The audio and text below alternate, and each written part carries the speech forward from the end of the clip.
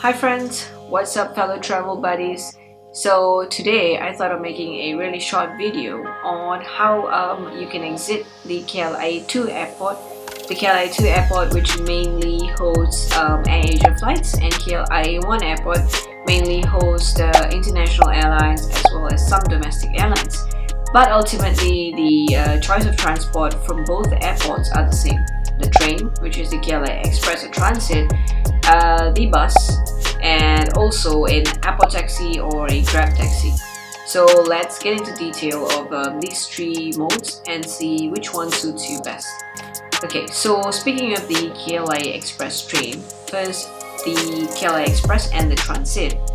There's no price difference if your end destination is KL Central. It's both 55 bucks on a single journey. If you're going to use your Visa card, you can get it for 90 ringgit return. Okay, so the Express takes 28 minutes and the Transit takes about 35 minutes. The only reason you should get on the Transit is if you have got a connecting bus. You're not going to be in KL and you are going to take a bus north, south or west in the Peninsula of Malaysia, and you need to get to Bandar Tasik Selatan, TBS, which is the terminal bus. Then you should get on the Transit. Otherwise, well, the price is the same, so you can save a couple of minutes and get on the train.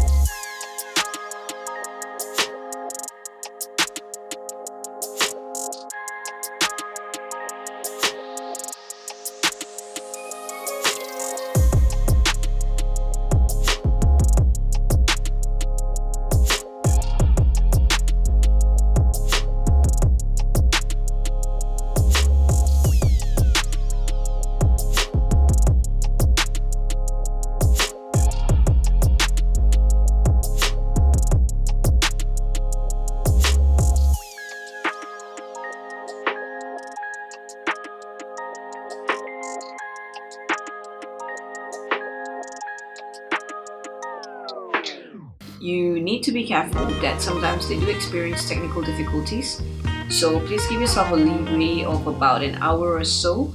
And who's going to be using this mode of transport?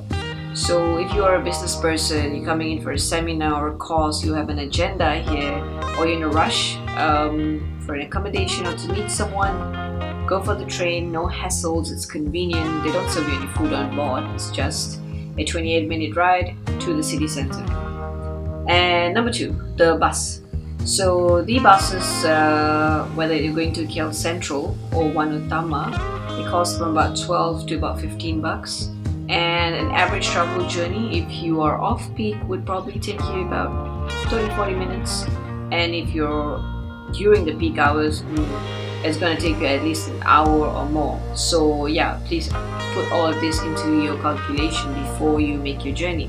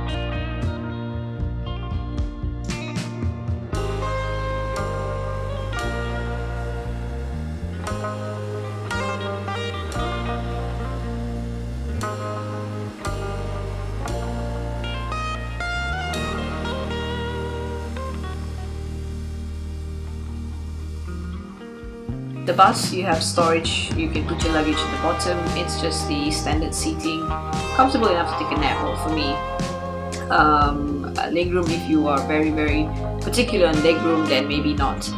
But if you're not going to be so fussy, well, yeah, it's just 1 hour bus ride, 12 ringgit. It's going to take you to KL Central, a very, very central hub. The end destination of both train and bus is the same, yeah, it's both KL Central.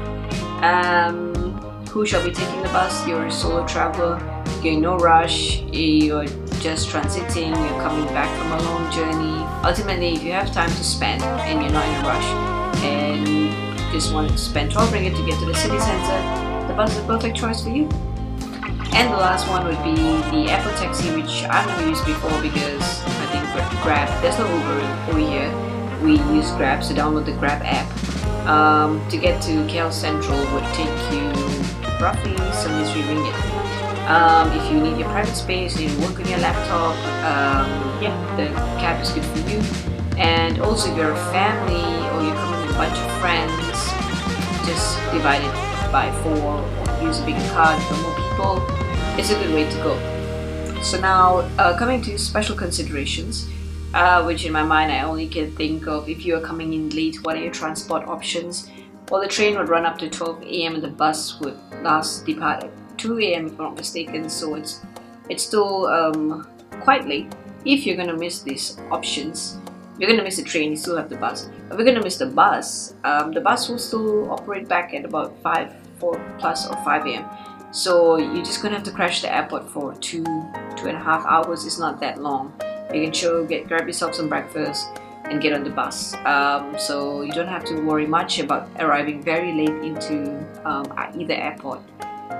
You're a solo traveler in particular, fellow sisters, and you're getting into KL Central pretty late. So if you're going to take the train, the last train, you're going to reach KL Central about 12:30. It's still not too bad. It's still a bit hustling because of all the stores being shut and KL Central being shut and the mall and stuff. So there's still a lot of people there. If you're going to be arriving later than that, if you're coming via bus, and then from KL Central you need to catch a cab and you need to get to your accommodation, you're a bit skeptical. I've heard lots of stories in Malaysia. It's like 3 AM. I don't want to get a grab on my own and things like that. What are your options? Well, I'm afraid you probably would have to crash there. There are capsule hotels or there's a nearby hotel. You don't even need a hotel, just grab yourself some food and chill and start your journey at 5 AM once it's a lot brighter, because generally KL Central would be up and alive at about 4:30 AM because the train starts at about 4:50. So it's already hustling and bustling. Not too bad, not too deserted, but before that it's a bit dark. Lots of taxi drivers and not too friendly to our Grab drivers yet. So if you're going to be using a Grab driver, you're probably going to get the looks and stuff like that. So yeah. So thanks for watching right till the end, guys. I'm so happy you made it till the end. So here's the bonus tip that I made specially for you. It is a comparison chart from my knowledge of these 3 important transportations out of KLIA or into KLIA. So I hope with these simple aspects and components broken down, you have already made up your decision on which transport you should use. So to cut things short, if you are a solo traveler and you have lots of time to spend and you want to save a lot of money, just go for the bus. If you are in for the day, you have an important agenda, you need to catch the next bus, go for the train. And if you're in groups, you can split the fare 4 ways or even more 6, go for the Grab taxi. So please feel free to share it, and I hope that this really helps you in your next travels. So yeah, these are the 3 modes of transport that I can think of, which I think is pretty sufficient already for you to get out of KLIA or to get into KLIA. So I hope I solved a big headache of your travel plans and your journey from the airport. So happy travels, and don't forget to like and subscribe if you enjoyed this video.